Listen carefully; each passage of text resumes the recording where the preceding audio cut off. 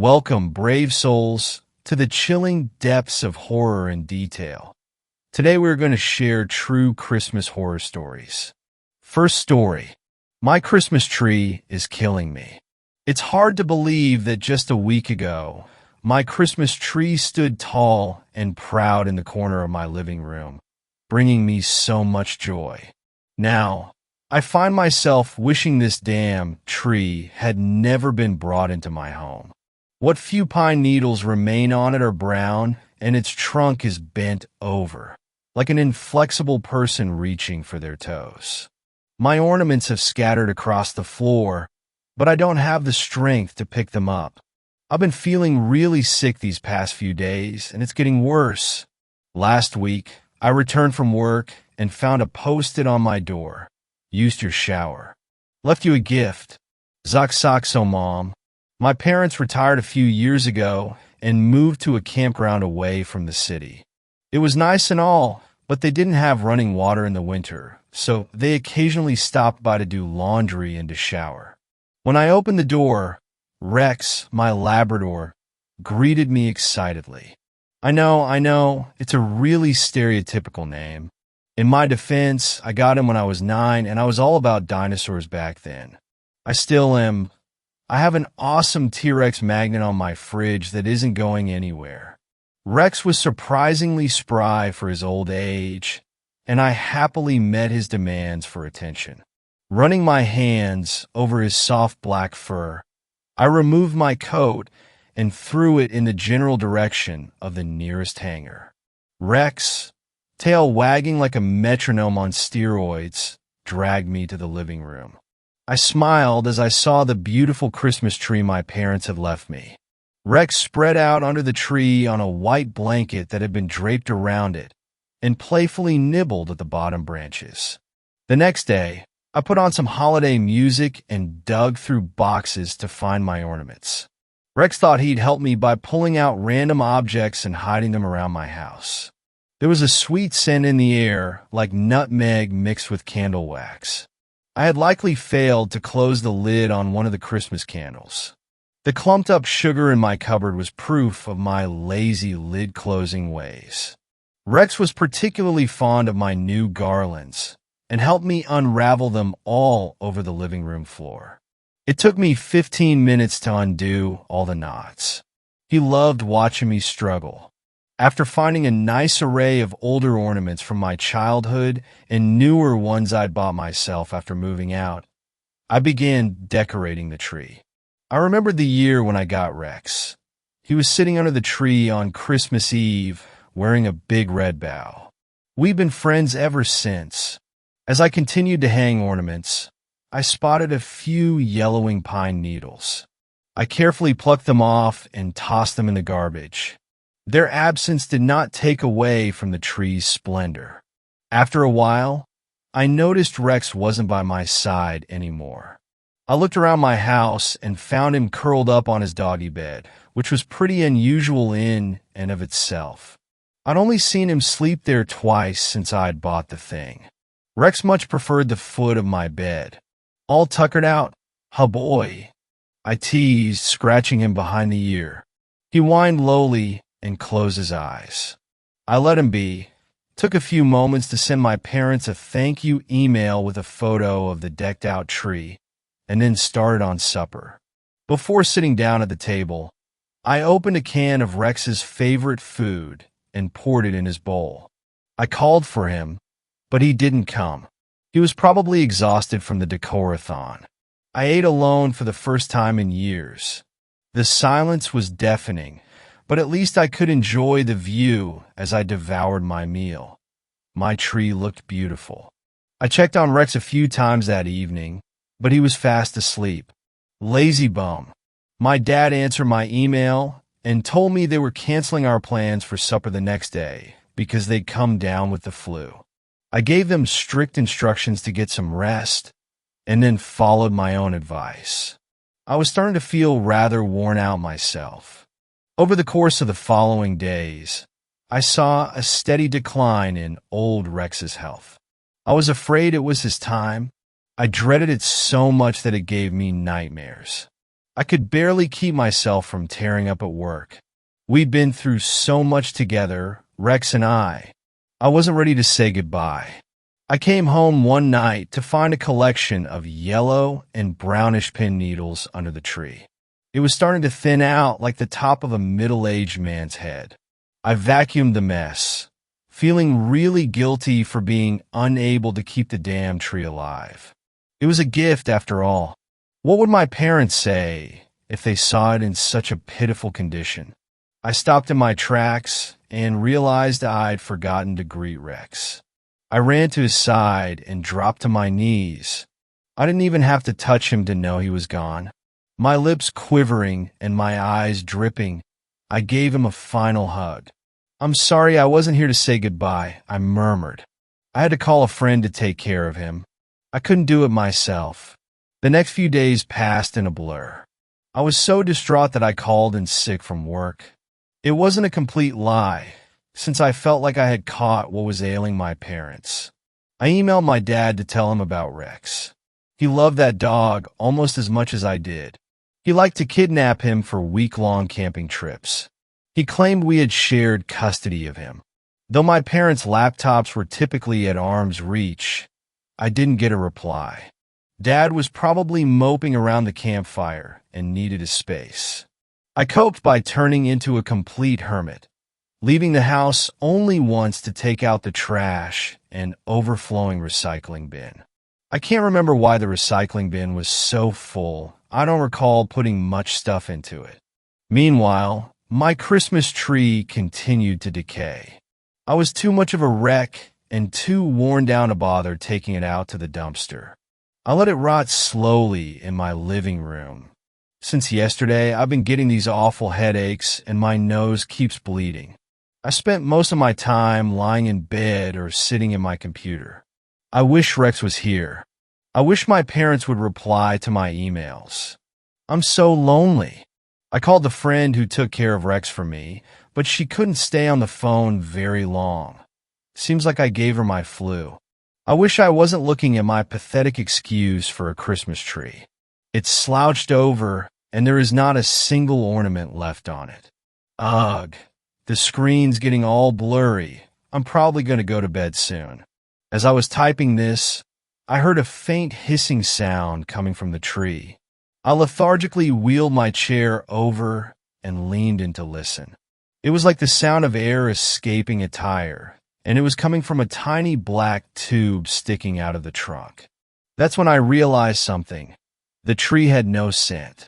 I should have been able to smell pine or rot or something. Anything. Then I remembered why the recycling bin had been so full. My mind was distracted when I took it out, but it was coming back to me. There had been a large crumpled-up cardboard box with a picture of a tree on it. Artificial Christmas trees aren't supposed to die. Oh man, I'm starting to feel really dizzy. I'm going to go lie down for a while. Second story. Merry Christmas.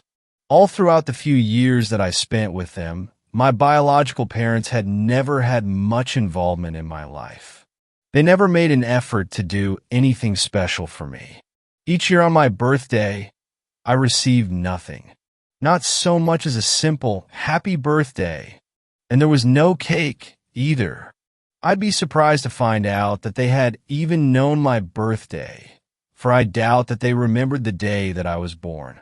Still, you'd think that they would have some form of celebration. But no.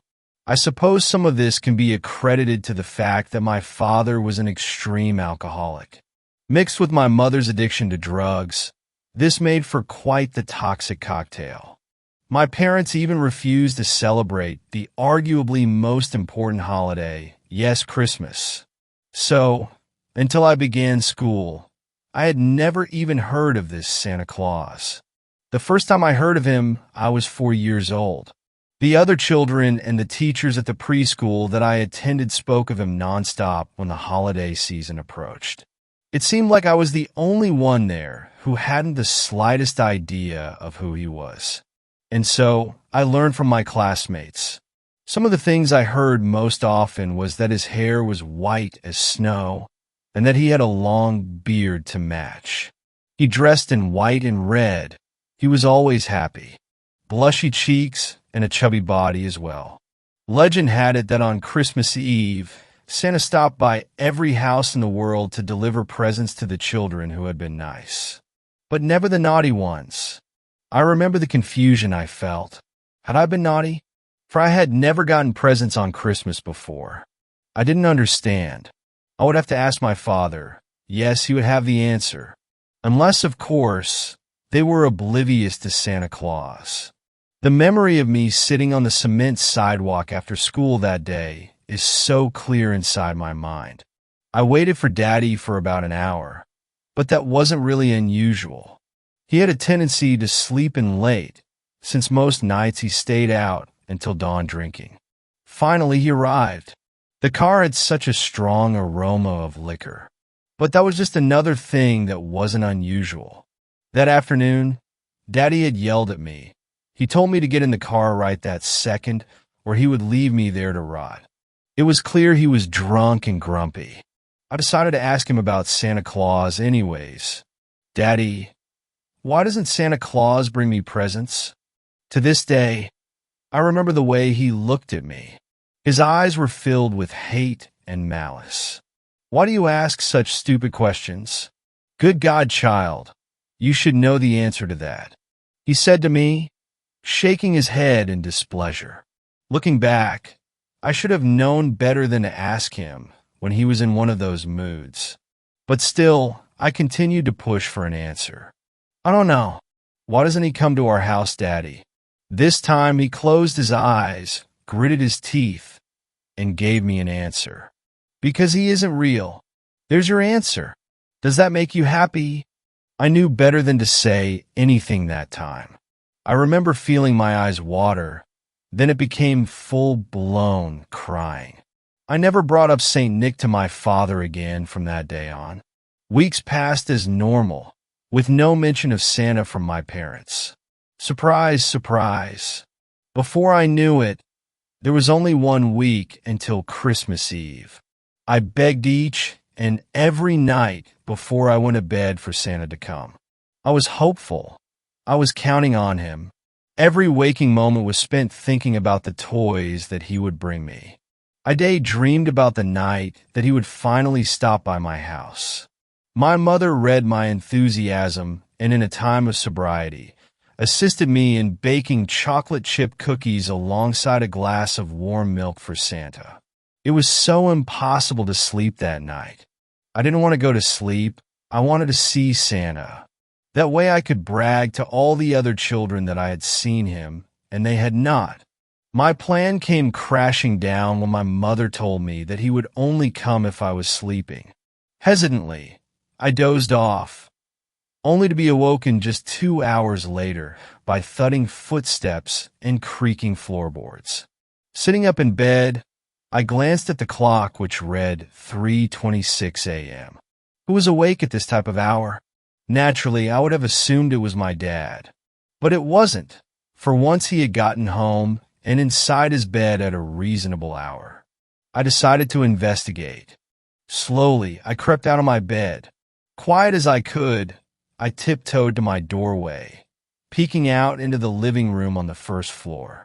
All of the lights in the room were out, and the room appeared empty. Eerie.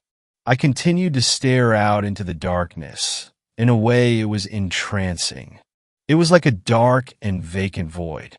After several minutes of searching the room and finding nothing, I retreated to the comfort of my bed. I spent a while tossing and turning, trying to fall back asleep. Suddenly, I heard these voices. Voices that were coming from inside the house. These voices were not those of my parents. I wasn't able to place them. My first thought was Santa, but I saw the flashing lights. The voices came from something much less exciting. They were coming from the television. Who turned it on? And who was watching TV? At that hour? Once again, I decided I should examine the room.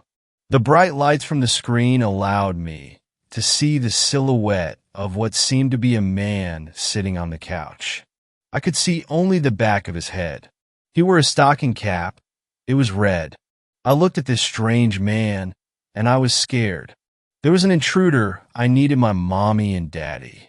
I stood in front of their door, holding back tears. I turned the handle. Locked. I thought of banging on the door, but that would only draw attention. He would hear, and he would hurt me. I would go to the neighbors for help, but that would mean using the front door in the living room. It didn't faze me. I would find another way to escape. I would get help. Tiptoeing across the floor, I headed for the bathroom. There was a window there, and if I was lucky, I would get out uninjured. It was only a 2-story drop. All of a sudden, the wood from below me let out a loud creak. The sound echoed. I can tell you that when somebody's watching you, you can feel it. You can feel their eyes looking at you. I turned my head and my eyes met his. His face was awful, his features deformed. He had a long white beard, just like they said that he would. But they didn't warn me about his skin. His skin was red. It looked so thick and dark. Its texture resembled that of a reptile, leathery. A hue of sky blue were his eyes, though it was obvious that they were not normal. They looked hazy and glazed over. Back then, I didn't understand. How could somebody look like that? But I know now that he was a burn victim. That fire got him good. His whole face was painful to look at. Santa Claus is a monster, I thought to myself. As our eyes met, a sickly grin fell upon his face. His smile didn't look human. Bits of flesh were stuck between each of those yellow teeth. My entire body trembled. Panicking, I rushed into my room and slammed the door behind me. There was a loud slam. Crawling into bed, I pulled the covers up over my face, revealing only my eyes. Moments of silence passed. Then creak, creak, creak. Each time, the creaks got louder. All of a sudden, creak. I could hear it just outside my room, and I tensed up. The next creak was not on the floor. Instead, the creak was at my door. Slowly, gently, he opened my door. Shivering, I managed to spit out a single word, Santa. The creature smiled that sickly smirk once more. Then he laughed. The laugh wasn't evil, but it chilled me to my bones. It almost sounded childish. Yeah, it resembled the laugh of a little boy. He didn't appear to be moving or doing anything. Motionless, the monster stood there. I could see then that he dressed in red and white. They were blood-stained clothes. Slowly, his grin faded. Taking its place was a more serious expression. And then he walked away. Creak, creak, creak.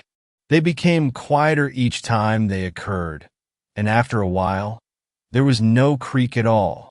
Whoever this man was, he didn't mean harm to me, or he would have murdered me then and there. So, I decided to rest. Exhaustion overtook me, and so I gave in. I woke up at 9 o'clock sharp the next morning, ready to begin the celebration. The door to my parents' room was now unlocked and wide open. I jumped on their bed shouting, "Mommy, Daddy, Santa came! Santa came! I bet he brought gifts." Nothing. No movement. I lifted the covers, and what I found is truly gruesome. That day marked the very early loss of my childhood innocence. I was only 4 years old. Under the covers were my parents' corpses. The scene was in no way a pleasant one. Both of their bodies had been so cut up. Internal organs were removed. There were so many cuts on their skin. Between them, there were 2 boxes. Both were shaped like hearts, wrapped with silver ribbons. It was some kind of sick, ironic joke. Each box contained a heart. A real, human heart. Both of them had green ribbon tied around their chests. On my father, there was a note tied down. It read, "Dear Taylor, you have been very nice this year, and not at all naughty, although I have been quite naughty. I hope you enjoyed your present. Merry Christmas. Love, Santa Claus." After my parents' untimely death, I was sent to live with my grandparents. They're the ones who raised me. However, I now am of legal age and I live alone. I decided to share this story because I saw Santa again. Recently, my neighbors were brutally murdered. When the police got there was hardly anything left of the body. All the flesh had been removed. They lived right across the street from me. I could see into their rooms at night. Well, instead of them in the window, I see his face. He looks at me and he smiles and waves. He hasn't changed. He looks just as he did 17 years ago. I wanted presents. I wanted Santa Claus. I never wanted this. Third story. This one thing forever changed Christmas for me. Who are you? I slurred, trying to sound intimidating as I propped myself up in bed. Of course, I was wearing nothing but Frosty the Snowman boxers, so I wouldn't have presented much of a threat if I rolled out of the sheets to confront the intruder in my bedroom. He snapped his fingers and my lamp turned on. My blood turned to ice. The fuck did you do that? What are you? He stepped into the lamplight, bells on his curly shoes jingling. What do you think I am? He asked, indicating his pointy ears. You look kind of like an elf, I answered, rubbing my eyes. He folded his arms over his red and green striped shirt. Kind of? Sure, we'll go with that. Look, Clement Dash, how did you know my name? I interrupted. You're on the list. He rubbed his temple. In fact, you're on the list you'd rather not be on. My mouth went dry. None of this seemed possible. It sounds like you're actually talking about Santa's naughty list. He stared at me in disappointment. Is this because, I kind of jerked off on Christmas? He stared at me in disappointment. What do you want from me? I asked, pulling the covers up to my chin. Have you ever been scared in your own house? That's the purest form of terror. Your home should be the last bastion of security. When that isn't safe, the world is a dark place indeed. I followed the intruder out of my bedroom and into the hall, every hair on the back of my neck standing on edge. I had no idea what to expect, but each situation I imagined was horrifying. I turned the corner, and my stomach turned to ice. A long, black leg was sticking out of the chimney, shining in the moonlight. A cloven hoof was attached where a foot should have been. I leapt back and crashed against the lamp, sending it clattering to the floor. It's going to take more than that to wake him, the intruder grunted. I teetered on the edge of hyperventilation. Is that Dash? Krampus, yes, he explained, folding his arms. I nodded, not understanding. The elf lit a cigarette and sighed. I don't allow smoking in my house. You don't allow medieval Germanic mythological beings into your house either. But here we are, he sighed, blowing a stream of smoke. All right, so, wait, what's your name? To pronounce it correctly, I'd have to rip out your tongue. Call me Creature. Right, I answered. What's my role in all of this? He took one long drag of the cigarette and looked at the thing like it was his only friend. Santa knows when you're sleeping, knows when you're awake, basically stalks the fuck out of you, right? He gives coal to the bad kids. That really hit children hard when their parents had died of black lung. F up, right? See, the original story of Saint Nick is that he worked with Krampus. I mean, it's really on the nose. Old Nick and Saint Nick anagramming Santa. Then one day, everyone just assumed that Santa took care of both lists, so it kind of became unnecessary to keep up the ruse. I wanted to puke. You're saying that a demon has been spying on me my whole life? Creature put his hands on his hips. And recording your behavior before creeping around your house for years. Honestly, I don't know how more people aren't freaked out by this. A chill ran down my spine. So why are you telling me all of this now? He took another long pull from his cigarette. The boss got knocked. I was already at my wit's end. I just wanted the demon leg out of my chimney. I don't understand. Creature pulled out a flask, took a large swig, and wiped his tiny mouth. Do you have any idea how difficult the past 2 years have been? 1,913 different doctors and nurses have received geese that shit actual gold. Those are extremely difficult to produce in a workshop. On the other hand, we've dug up enough coal to alter the world's supply and accelerate global warming. Mitch McConnell alone required 3 different sleighs to carry it all. He sighed. It's been a hard couple of years, and well, you were the last house on the list. How does that make a dash? Claus got shit-faced and passed out in your chimney. Oh, and my arms are too small to reach in there. Have you ever touched a demon? They have hard bristles that rake your skin, sending chills that bounce back and forth along your spine that build on each other without stopping. It smelled like nutmeg, sulfur, and shame. The exoskeleton was cold and warm at the same time. His leg jiggled. Does this make up for what I did to get on the bad list? I asked in a quivering voice. Put your hands into the darkness, and you'll make up for every bad list you've ever been on. I thought of the most shameful things I'd done and shuddered. Then I stuck my hand up the flue. I felt fingers and a face. You know what you have to do, Creature whispered. I grabbed one clammy finger, found his nostril, and touched them to one another. Then I pulled his nose downward, forcing him to nod. The force knocked me back, sending me sliding along the floor. I looked up, gasping, to see that the monstrous leg had disappeared. Is he gone? Creature smiled, reflecting broken, yellow teeth in the moonlight. The reindeer will get him home safe. He's got a special relationship with them. No one really questions the fact that he named one Vixen and another Cupid. He trailed off. Okay, I heaved, standing on shaky legs. I've done everything you've asked. Will you stop stalking me? Hell no. Well, can I at least be on the good list now? Creature narrowed his eyes at me. Yeah, he sighed. You're on the good list. But we know what you want from Santa. Why is it this thing? My heart thudded in my chest. Are you going to give me a dash? Creature shook his head. Weird as shit, but it's a contractual obligation. So here you go. He snapped his fingers. An animal appeared next to me, floating above the ground. It was completely covered in fluffy white fur and had no legs. One eye blinked at the center of its head. Below that, a small mouth opened to reveal jagged teeth. Holy shit, I read about these in a story and thought they weren't real. I screamed. Creature sighed. They aren't real. Making things that aren't real is a huge strain on the workshop.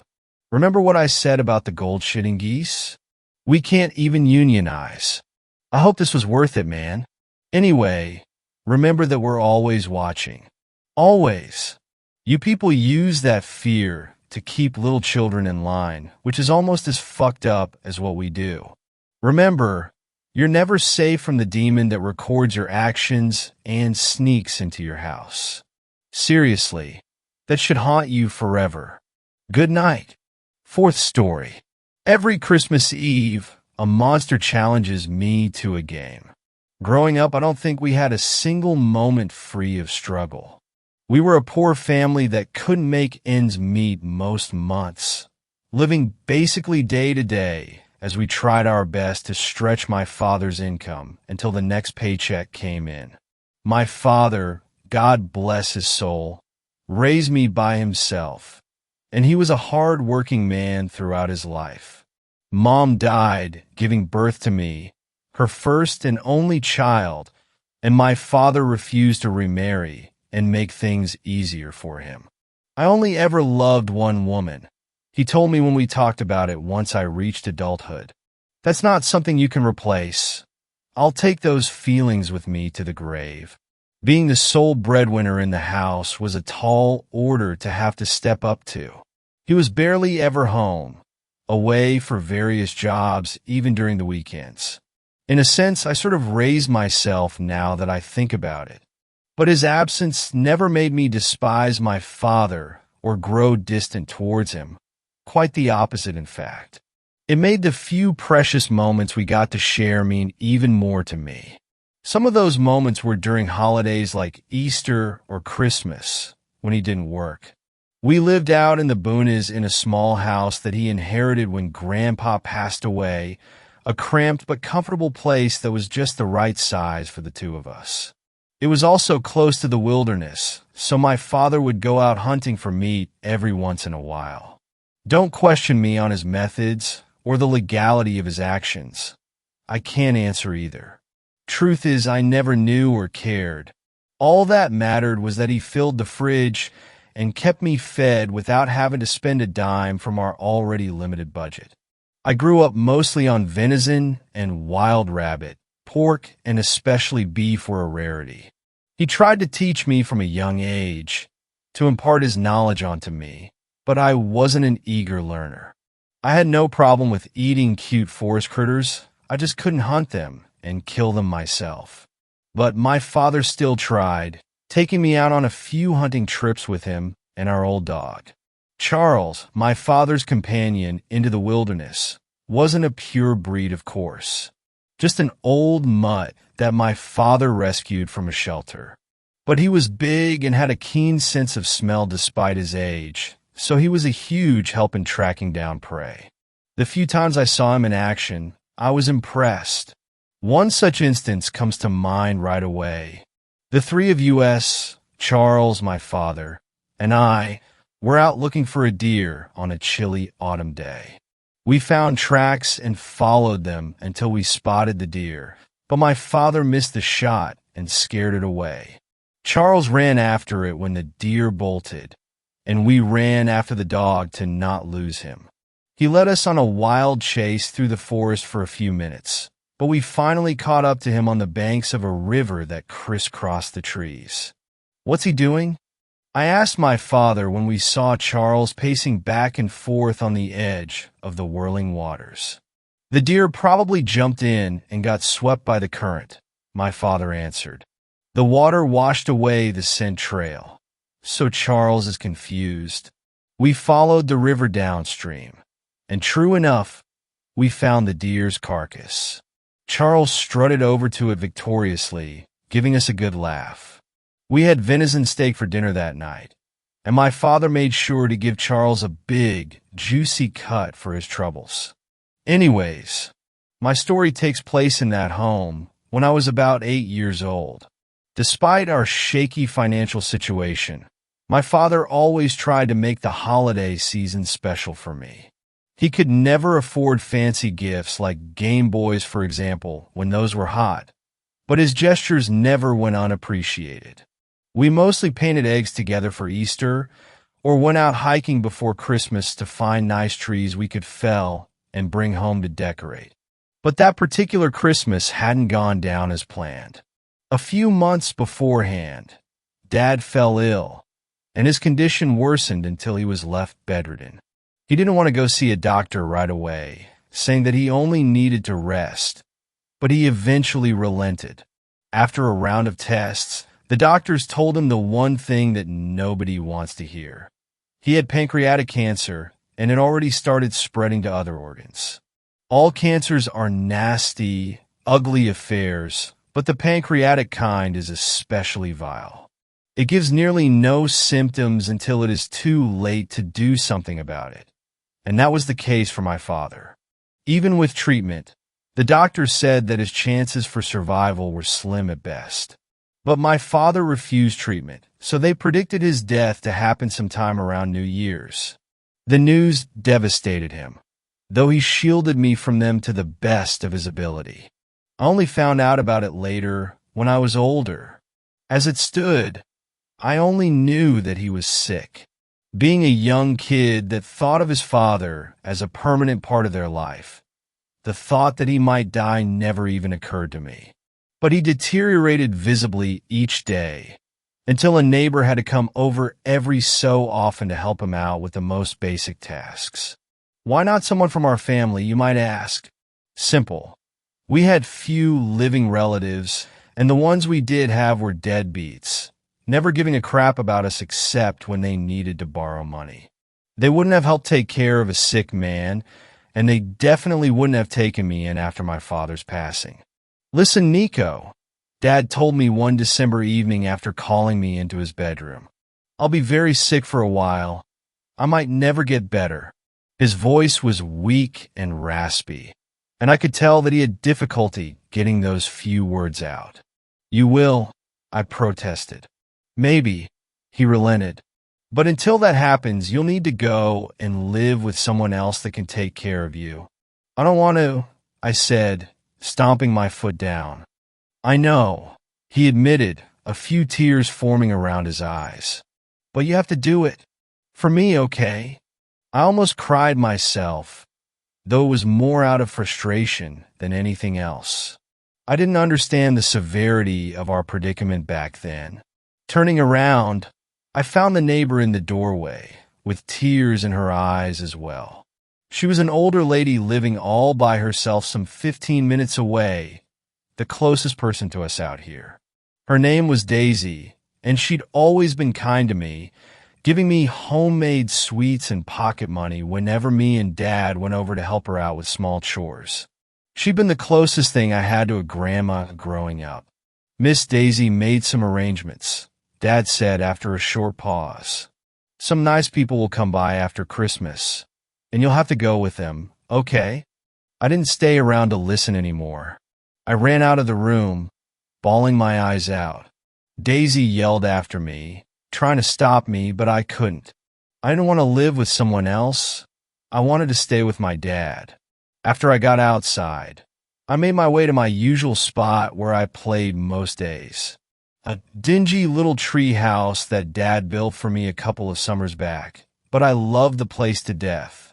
I climbed up into it to hide, having no plans to actually run away from home.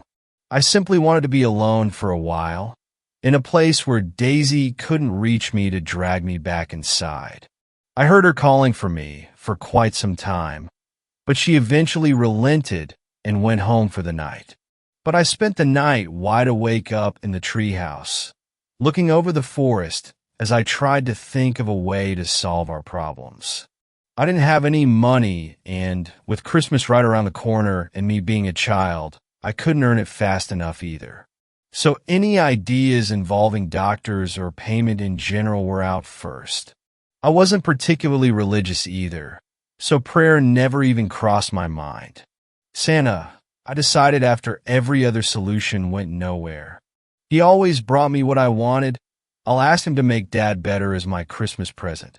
Not a bad plan, so long as you believed in Santa, of course, which at that young age I still did. In my mind, it was foolproof, a 100% guaranteed chance of success. I'd been a good boy all year. I helped out and never misbehaved, so Santa would have to give me the present I wanted. After that plan was hatched, I went back inside and went to bed. No point in ruining my good boy streak. The next day, I woke up first thing in the morning, got my dad's handsaw, and ventured out into the woods all by my lonesome. With him being bedridden, we hadn't gone hunting for a Christmas tree that year. But we needed one for Santa, didn't we? That we did, and I decided to take the matter into my own hands. I spent all morning and a good chunk of the afternoon searching, until I found a fir that I considered good enough. Don't ask me the exact species. I have no idea. Back then they were all Christmas trees to me. Anyway, I got it down all by myself, which proved to be a much more difficult task than I had expected. I got tangled in the branches as I tried to reach its trunk. I received plenty of scratches, nearly poked out one of my eyes at some point. But I succeeded, and I dragged it back home victoriously. Where were you? Daisy scolded when I entered the house. She'd returned while I was away, and she was ready to give me an earful for my outburst. Your father was worried sick for you. I let her scold me to her heart's content, apologized, and brought the tree inside. Dad was impressed with me, and he all but dragged himself out of bed to help me set up the tree. I realized in the meantime that he hoped to spend one final Christmas with me, to give me some heartwarming memories to hold on to when he'd be gone, but at that moment I didn't consider it. I simply had fun carrying out our usual Christmas routine. We didn't have much to hang on the branches, no fancy lights and candles and whatnot, just the same old tinsel and baubles that we reused ever since I could remember. But the tree still turned out stunning, and it was made even better for me by the fact that I went out and got it myself. I behaved after that. waiting for the days to pass one by one. Dad got visibly worse with each one, to the point where he needed to be spoon-fed and couldn't get up to use the bathroom. But I still held out hope, convinced that once Christmas came, Santa would give me my present. It felt like years waiting for the 24th to arrive, but it swung around eventually. I stayed up waiting, knowing full well that I wasn't supposed to do that. After all, Santa skipped houses if the kids inside didn't sleep. But I wanted to meet him and ask him my wish face to face, to make sure that it would come true. Evening came and passed, night settled outside, and I pretended to go to sleep after we ate dinner and Daisy left. As soon as I was sure that Dad was asleep, I got up and made my way to the living room on my toes. With no place to really hide in the small room, I got behind the Christmas tree and waited. My hope was that the darkness would hide me for long enough until Santa came in. The only clock in the house was on the opposite wall, in full view but barely visible. I watched the seconds ticking away into minutes, seeing 10 p.m. turn to 11. It was quite the ordeal to stand and wait for that long, but I was determined. I nearly fell asleep at one point, but 11:59 rolled around, and that sobered me up real good. I held my breath as I watched the sweep hand going, until it reached the last second before midnight. Then it got stuck, refusing to transition into midnight. Did the battery run out? I wondered. At any rate, I thought no big deal of it. Just because the clock stopped didn't mean that midnight wouldn't come. I waited for a few seconds, for Santa to come down the admittedly small chimney. But as the seconds turned into a minute, I started to worry. Did he figure me out? Did I undo all of my goodness with this one stunt? Did he skip our house? I got out from behind the tree, walking out in the open as my worry turned to panic. I'd blown it. No, I whispered with desperation. No, please. I'm sorry, please. The words got stuck in my throat when I heard something from outside. The sound of skittering feet approaching the house from the surrounding woods, tapping on the walls as something climbed to the roof. Santa came after all, and I waited for him with bated breath. The sounds of his rushing feet reached the roof. Then they stopped. I looked at the chimney intently, backing away slowly to give him room. Something scraped against the bricks and mortar, giving off a bristly sound. And before long, I saw a face emerge from the fireplace. Two beady black eyes came into view first, scanning the room from side to side and settling on me. The rest of his head followed, looking like silly putty being forced through a tube. My wonder turned to terror as he advanced little by little, revealing a thin, centipede-like body with many small legs. After it was done, and he was fully in the room with me, he stared at me for what felt like hours. His mouth contorted into a twisted grin, the corners of his lips cracking and spreading until they reached his ears. Hundreds of tiny, needle-sharp teeth peered at me from inside his maw, yellowed and blasted with decay. "What are you doing up so late, child?" It questioned, bringing me out of my stupefaction. "You should be sleeping." I'm waiting for Santa," I stuttered in answer. Are you him?" "You shouldn't be waiting for Santa," he answered. "That makes you a naughty boy." "I'm sorry," I mumbled, on the verge of tearing up. "But I wanted—" "Let me guess," he said in a bored tone. "You wanted to ask for a specific gift? What would it be? A new bicycle? Toys?" "Make Daddy feel better. He's sick," I said with conviction. "That's the only present I want." He raised an eyebrow hearing that and scurried closer to me. His long body coiled, surrounding me as his beady eyes examined me. The color in my face drained, and it took all I had to keep from screaming and running away. "Very well," he answered. "Let us see your father." I might be able to offer you what you wish for." He pulled away, allowing me to lead him to Dad's bedroom. I did so, opening the door slowly to reveal the dark room. Dad was in his bed sleeping, so Santa followed me inside. He pushed himself up, holding his spindly body above Dad with only a couple of hind legs.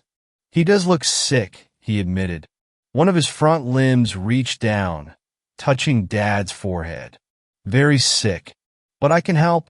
"Then do it, please," I whispered. "I will, but only if you play a game with me," he answered. "If you beat me at it, I'll cure your father." And if I lose?" I asked, scared by the prospect. "That's a surprise you'll have to find out," he answered and gave me another grin that sent chills down my spine. I wanted to refuse, but seeing Dad in that state broke my heart. He'd done so much for me over the years that I couldn't let him down now when he needed me. "What's the game?" I asked. "You've been a good little boy all year, so I'll let you choose," he said. I thought it over for a bit, trying to decide what game I was best at.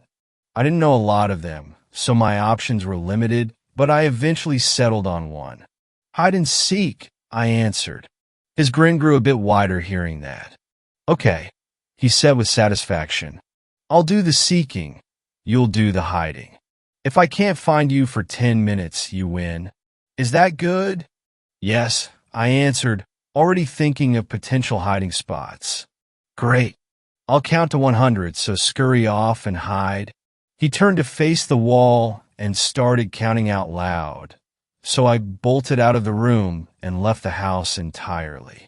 As tempting as it was to hide inside, I figured it would be the first place he'd look for me.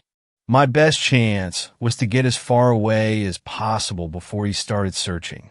The moment I got outside, I was taken aback by what I found. It was snowing pretty heavily only minutes prior, but now the bulky flakes were suspended in midair. There was no wind, no sound, no movement whatsoever, like the world itself paused for our game. It looked and felt surreal. Hearing the creature counting loudly inside, I blocked all of it out and continued running. I counted down from 100 in my head as I went, and I got pretty far away from home in that time. I hoped to make it to the treehouse, but it was too far away, so I dove into some bushes instead.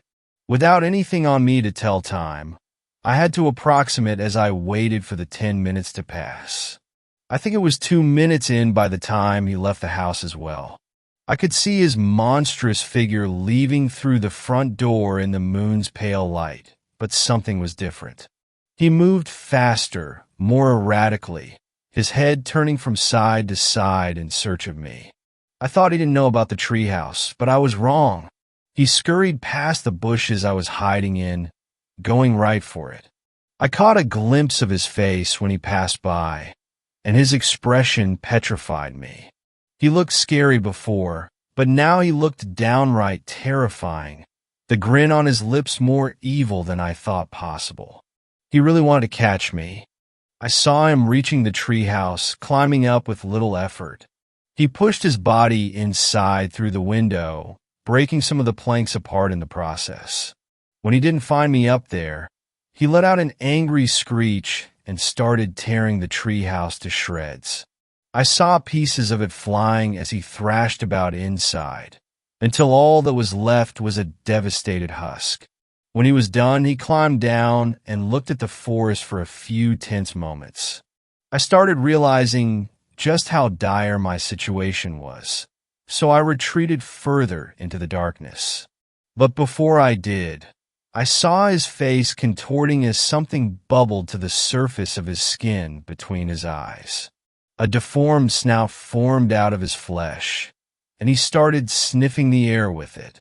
I didn't wait to see if he'd find me, knowing full well that he would. Instead, I got out of the bushes on the other side and ran away deeper into the forest. I estimated that maybe 5 minutes had passed, so I had 5 more to go. The sounds of his feet rushing after me came from behind, so I forced myself to run even faster. With hiding out of the question, I had to find a way to escape him for long enough. The way Charles tracked down prey, using his sense of smell, came to mind, so I knew I needed to erase my scent somehow. The river, I decided, remembering how that deer managed to escape Charles and his nose. I ran into its general direction, deeper and deeper into the woods, and I eventually came across it. Luckily for me, it wasn't entirely frozen over. I stepped out on the treacherous ice until I felt it cracking beneath my feet, so I shot a soul at it and broke it. I fell into the freezing water, feeling it pushing all of the air out of my lungs as it seeped into my clothes and invaded my skin. It was frigid, and thermal shock or hypothermia were very real dangers. But they didn't worry me much at that moment. In fact, they barely crossed my mind. My only goal was to escape the horrific creature that was after me. The current pushed me under the ice and carried me along on its underside, scraping me against the jagged edges that had formed. I got scratched and bruised. Sensation left the tips of my fingers and feet as the cold worked its way into my flesh, and my lungs burned for air. The ordeal didn't last for long, but it was excruciating. Half a minute later at most, the current spat me out of another break in the ice. I clung to it, trying in vain to drag myself out as I panted heavily. Prying my eyes open, I could barely make out the spot upstream where I jumped in. The creature reached it and paused, sniffing the air as puffs of steam left his nostrils. He looked around in confusion, so I ducked back down into the waters. Despite the heavy price I paid, my plan worked. Coming back up to the surface, I saw him crossing the river and continuing deeper into the woods. As the few minutes left of our game passed, I just waited, holding on for dear life. Worry finally overtook me as the dire nature of my situation set in. I would win, but I would freeze to death in the process, as I didn't have the strength to pull myself out of the river. And even if I did get out, I'd die on my way home to exposure.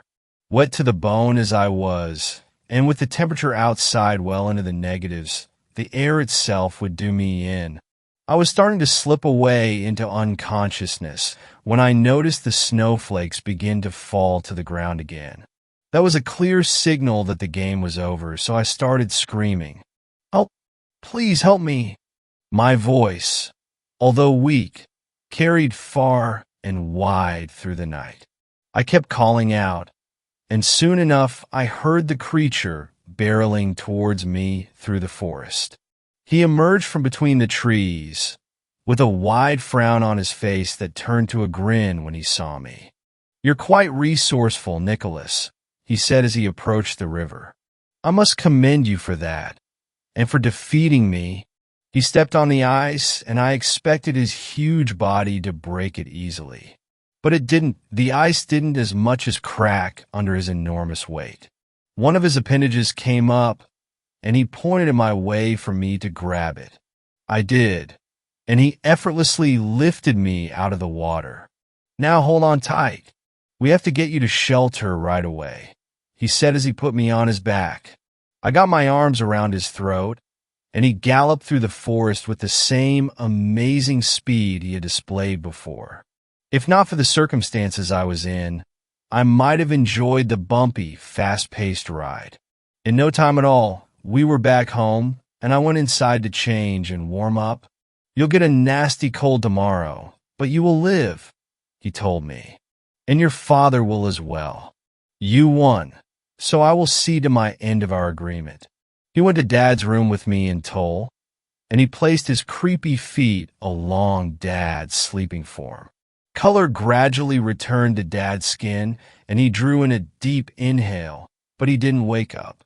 "There, I have upheld my promise," he said and turned to leave the room.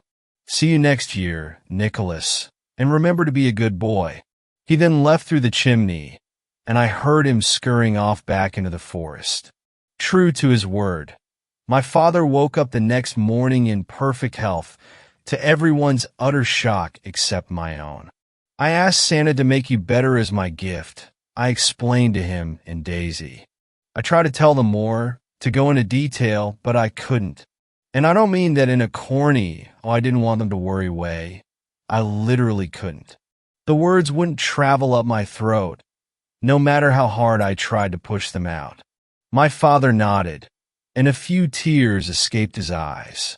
Tears of happiness, I thought at the time, but now I'm having doubts. That Christmas was the happiest one in my life, and getting to spend it with my father made me forget my ordeal. Later checkups with the doctors revealed that any trace of cancer was gone from his body, like it was never even there. They questioned him, of course, but that got them nowhere. So they called it a miraculous recovery and left it at that. But my story doesn't end there, unfortunately. For the creature kept its other promise as well, returning year after year on Christmas Eve for us to play again. Just as the first time, it allowed me to choose, and I chose every game under the sun over the years. I'd research and practice them the whole year beforehand, and I never picked games based on luck, just ones based on skill.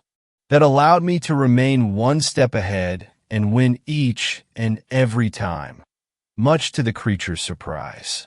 My father lived a long and healthy life, but he died in the summer of 2020 at 72. I myself am 43 years old, going on 44, and we maintain a close relationship throughout the years. His death was devastating to me, but I found solace in the fact that I delayed it all of those decades ago. But then something else happened, and on the Christmas Eve of 2020, I finally lost my first game with the creature. He grinned widely like he'd done back when he chased me, and I prepared myself to be dragged off to some horrible fate. Instead, he left without saying a word. I don't know if he'll return again this Christmas, but truth be told, I might not live to see the 24th. A couple of months ago, I fell just like my dad had.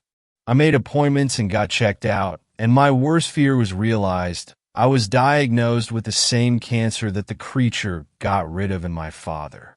Ever since, I've spent my time in and out of chemotherapy as I slowly deteriorated. Even though money is no longer a problem and medical knowledge has advanced so far, I'm still beyond saving. I'm lying on my deathbed now as I write this out, counting the moments, unsure how many of them I have left. But I'm not scared for myself, no. You see, I have a loving wife by my side and 2 young kids of my own, 2 brothers of 7 and 9 years old respectively. 2 amazing yet naive kids that I love like nothing else in this world, and who are as pained to see me in this condition as I was to see my father. So yes, the creature might return this Christmas to play once more, but I worry that this time I won't be one of the players. I've tried talking to my wife and sons about it, but it's just like all of those years ago. The words about the creature won't come out of me. My only hope now is that I'll be 6 feet under come the 24th of December, so that my sins won't be passed down to my sons like they've been passed down to me by my father. I'd gladly take death over waking up healthy on Christmas morning. 5th story. My grandmother always used to tell stories on Christmas Eve. I recall one of them that was extremely bizarre. One of my favorite parts of Christmas Eve when I was a kid was story time.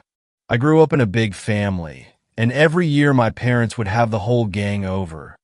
All of my aunts and uncles from both sides of the family, my 8 cousins and my grandparents.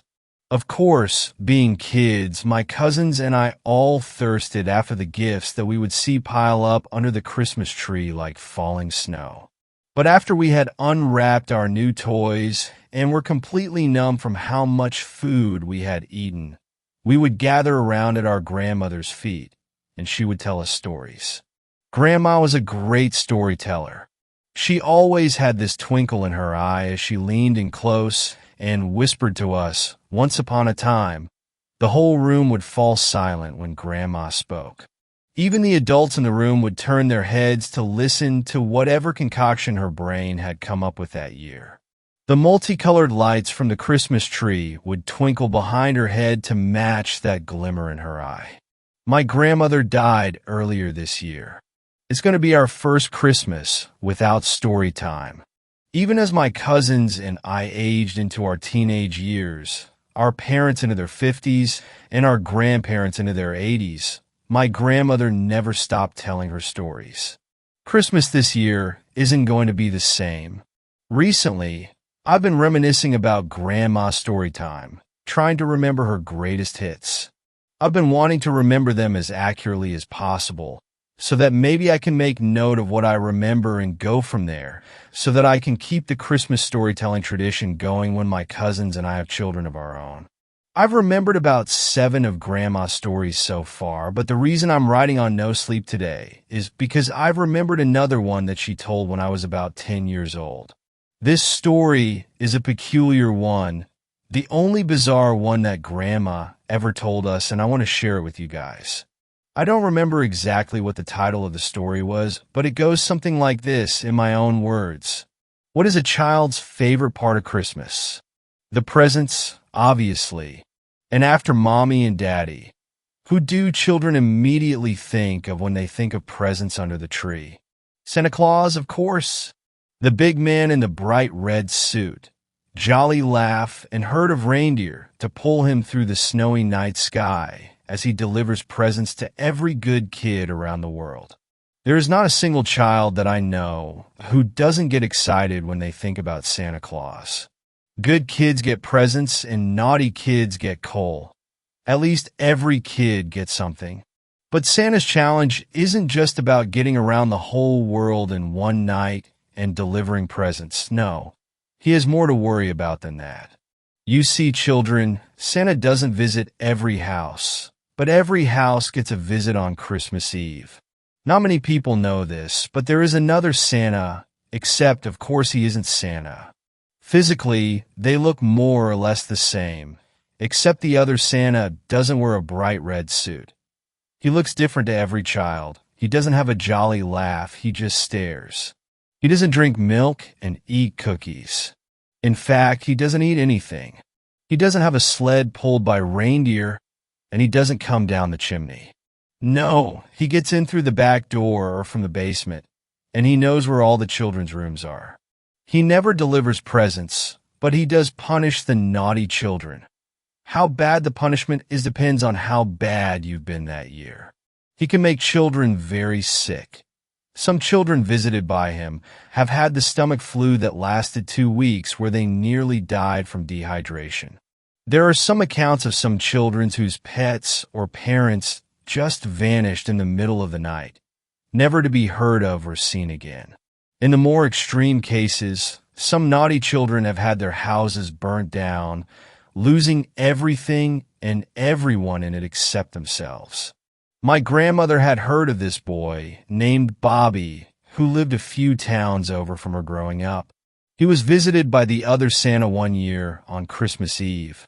According to what she had heard from the neighbors, Bobby had woken up in the middle of the night because his dog was whimpering, and he had the worst pain in his foot. Getting up to go see what was wrong with Baxter, he fell face down as soon as his feet hit the floor because, well, all of his toes had been cut off. You could tell whoever did it probably used a saw because of the tendrils of skin and shattered pieces of bone that were sticking out of where his toes used to be. There was blood all over his sheets. Bobby screamed and screamed, and his dog's whimpering just kept getting louder and louder. Bobby couldn't take the sound, and despite his pain, he managed to drag himself across the floor all the way over to the kitchen, where his dog was. When he found him, his screams just kept coming. Baxter was kneeling in the corner of the kitchen, where he also saw his father, sobbing and holding a baseball bat, crouched beside the body of his mother. Her teeth were scattered all over the floor, and her face was pulpy with blood and bone. She twitched incessantly on the floor while Bobby's father sobbed. His dog whimpered, and Bobby screamed. But how did you know who was going to be visiting you on Christmas Eve? Santa or the other Santa? You didn't, Grandma said. If you've been naughty, you better pray and pray and pray that all you received that year was coal and not a horrible sickness or a dead family or missing body parts. Although I don't remember the story exactly as Grandma told it, there is one thing I remember that she said once the story was done, which was a bizarre thing for her to say since we were all so young. I also remembered she had made sure story time this year was told in a room where the rest of the adults couldn't hear her tale. Why do you think Santa and Satan sound almost exactly the same? Sixth story, the Christmas season. 3 years before I was born, my mother and father had their first child. He lived for a mere 7 minutes before his breathing stopped and he died. I have never inquired as to what caused him to stop breathing. A little over a year after this terrible incident, my parents had a daughter, and then 2 years after her, I was born. Naturally, my parents had no reason to tell me about my older brother when I was younger. And even as we all got older, the story was never told to me, presumably because it was too painful to recall. If the following events had never occurred, I might have never found out about him at all. In early December during my junior year of high school, the family gathered round the Christmas tree to load it up with the ornaments we had gathered over the years. Our family had continued to grow after my birth. My parents had added another son and daughter. My parents had bought each of us an ornament each year. So after adding those to the stockpile that they had owned before we were born, we always had one hell of a time fitting all of the ornaments onto the tree. This year was no different, but we pushed and we slid and shoved and eventually found some green for all of them. In addition to the ornaments, we had a fairly nice manger set that was placed underneath the tree. It had the whole damn birth party, and of course contained a wooden crib in which the figurine of baby Jesus lay. After my siblings and I had set this up, we stood for a minute or two and admired our work, and then we each went our separate ways and on with life. A day after setting the tree up, I walked into the living room to find one of my ornaments on the ground. It was the first ornament that had been given to me and had firstborn son etched into its face. The bright bronze had become cloudy over the years, but the ornament was sentimental, so it always managed to find a prominent place on the tree. I found the spot I thought it had fallen from and rehung it before walking through the room. I passed through the room the next day to find the ornament again on the ground, and again I hung it up. I tried to hang it in a different spot this time, assuming the weight had allowed it to slide from a thin branch, but to no avail, as it was on the ground the following day as well. I placed it back on the tree, and was not too surprised when I came in the next day to find the ornament missing from the spot. What did surprise me, however, was that the ornament was not on the ground, but was instead sitting on the coffee table a few feet away. I assumed my mother was having the same problem with the ornament and had just given up and placed it on the table, so I stopped in the kitchen to ask her about it. She was doing the dishes, and when I asked, she turned around and with a funny look on her face and told me that she too had been picking the ornament up each time she walked into the room. For the next few days, each time I walked into the room, I continued to find the ornament off of the tree. But now the location had changed. It was no longer lying in random spots on the floor or on the table like it had been before. Each time I walked in the room now, the ornament was inside of the roof manager, leaning against the crib with the Jesus figure. I was young, and I'm sure that didn't help prevent me from thinking that things were adding up a little strangely. It seems really stupid now, but I grew up in a semi-religious family, and something about finding my firstborn son ornament leaning against Jesus every day appeared to me to be a harbinger of something evil that would cometh my way. The non-surprising thing is nothing ever happened to me. Obvious, I suppose. But my dad, my no-nonsense, get out of my face with your stupid paranormal bullshit, I'm just going to go into this scary dark room to get the toolbox. Mysterious moaning be damned. Had something happened to him? He tended to work in his basement office until the wee hours of the morning. Most of that time was actually filled with him sleeping in his chair, as evidenced by him springing up and feigning awareness every time I would go into the basement late at night. In the early hours of the morning of December 23rd, he was, as usual, down in the basement. Around 2 a.m., he was awakened by footsteps crossing down the first-floor hallway above his head. He decided he would come up and see who was up, and then continue upstairs to bed. As he came up the basement stairs, he could hear the person walking through the kitchen on the other side of the door, but when he opened it, the person had just crossed into the dining room. He followed the steps through the kitchen and around the bend, but again was too late. The footsteps had beat him around the turn and into the living room. He rounded the corner and was surprised to see an empty room and no longer hear the footsteps. From the other room, they had appeared to stop at the Christmas tree.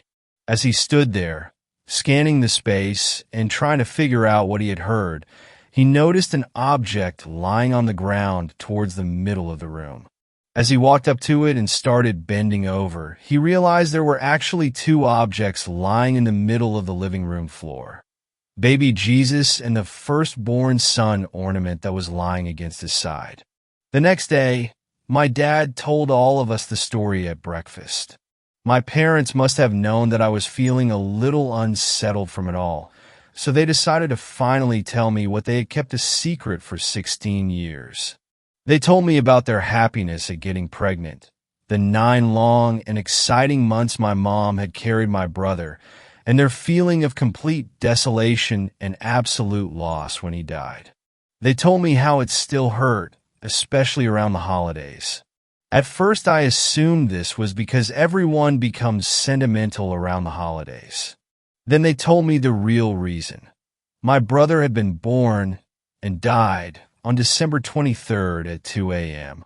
Last night had been the 20th anniversary of his death. 7th story. I hate Christmas after this happened. This happened to me when I was 13. I always used to love the holidays, especially Christmas. I guess because I love getting gifts like every other kid. Don't judge me, but I come from a wealthy family. We live in a beautiful 2-level 5-bedroom, 6-bathroom home on Long Island, New York. My sister and I go to a private school, and we take several vacations a year. Yes, we are spoiled. My parents both work high-paying jobs doing who knows what, but it brings in money, so who cares? What happened on Christmas Eve, when I was 13, really made me dread the holidays. I still have nightmares about it. This is my scary Christmas story. On December 21st, it was my sister Julie's birthday.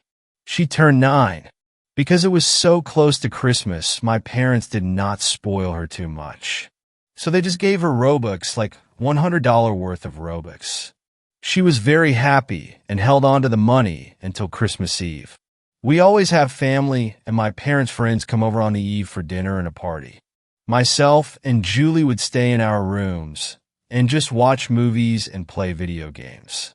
Why would we want to hang out with family and their friends anyway? On Christmas Eve, at 6 p.m., they all came over dressed up in their best holiday threads. The women in their sparkly red and green gowns, and the men in their black and white tuxes. As Julie and I were in my room playing Roblox, we heard all the chatter, the laughter, and the clinking of fancy wine glasses. All seemed typical until we heard a loud scream from one of the guests. It sounded like a scream right out of a slasher movie. Julie and I jumped. What the hell was that? I asked her, like she would know. She said, that sounded like Aunt Dee.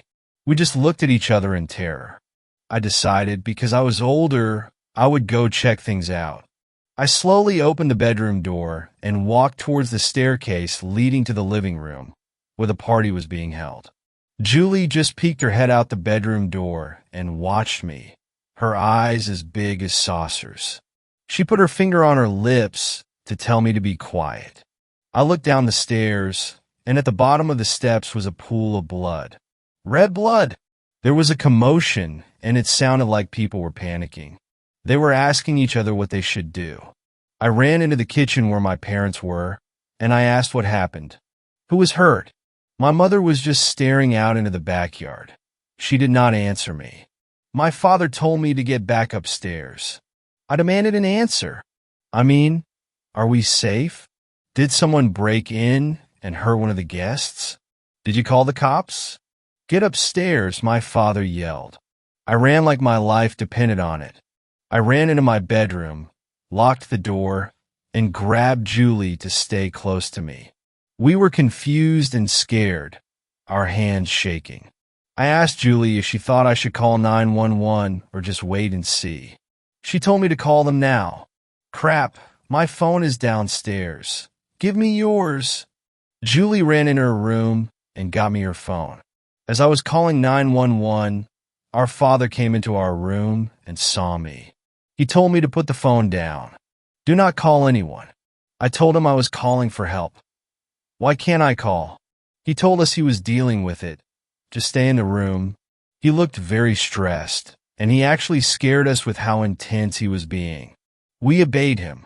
Once he left our room, we waited a few minutes, and I decided to go downstairs again to try and hear what they were doing. I will always regret making that decision. So I told Julie to stay in the bedroom and close the door. As I slowly walked down the steps and into the living room, I saw only 4 people huddled in a circle, whispering.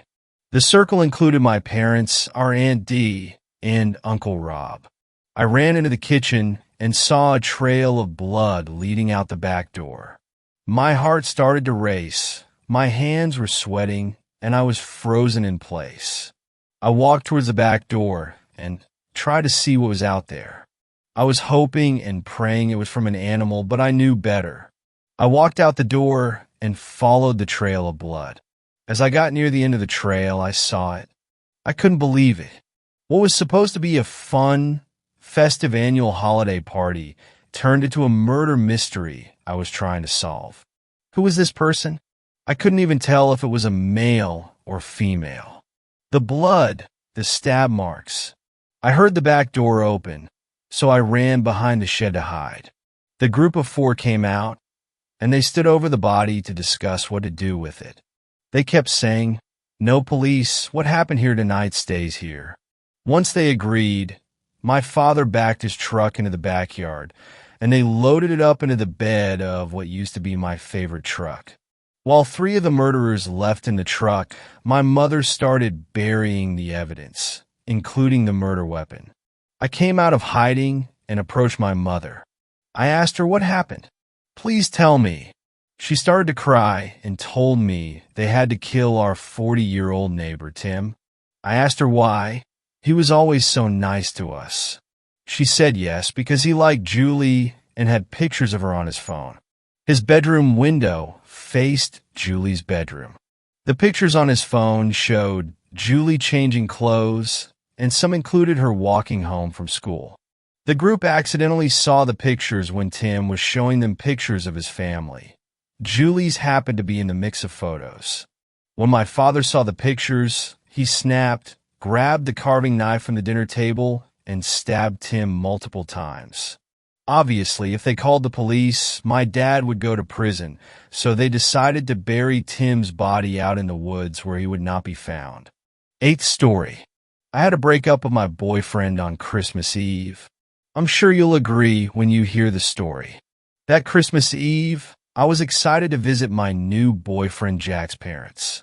I had grown attached to Jack in the few months we had been dating, and his parents, whom I had met once before, seemed gentle, kind, somewhat sad from the tragedy of losing their other child, a daughter, a few years ago to cancer. But perhaps I only thought this because Jack had mentioned his deceased sister a few times in passing. Jack had bought me a new dress for Christmas.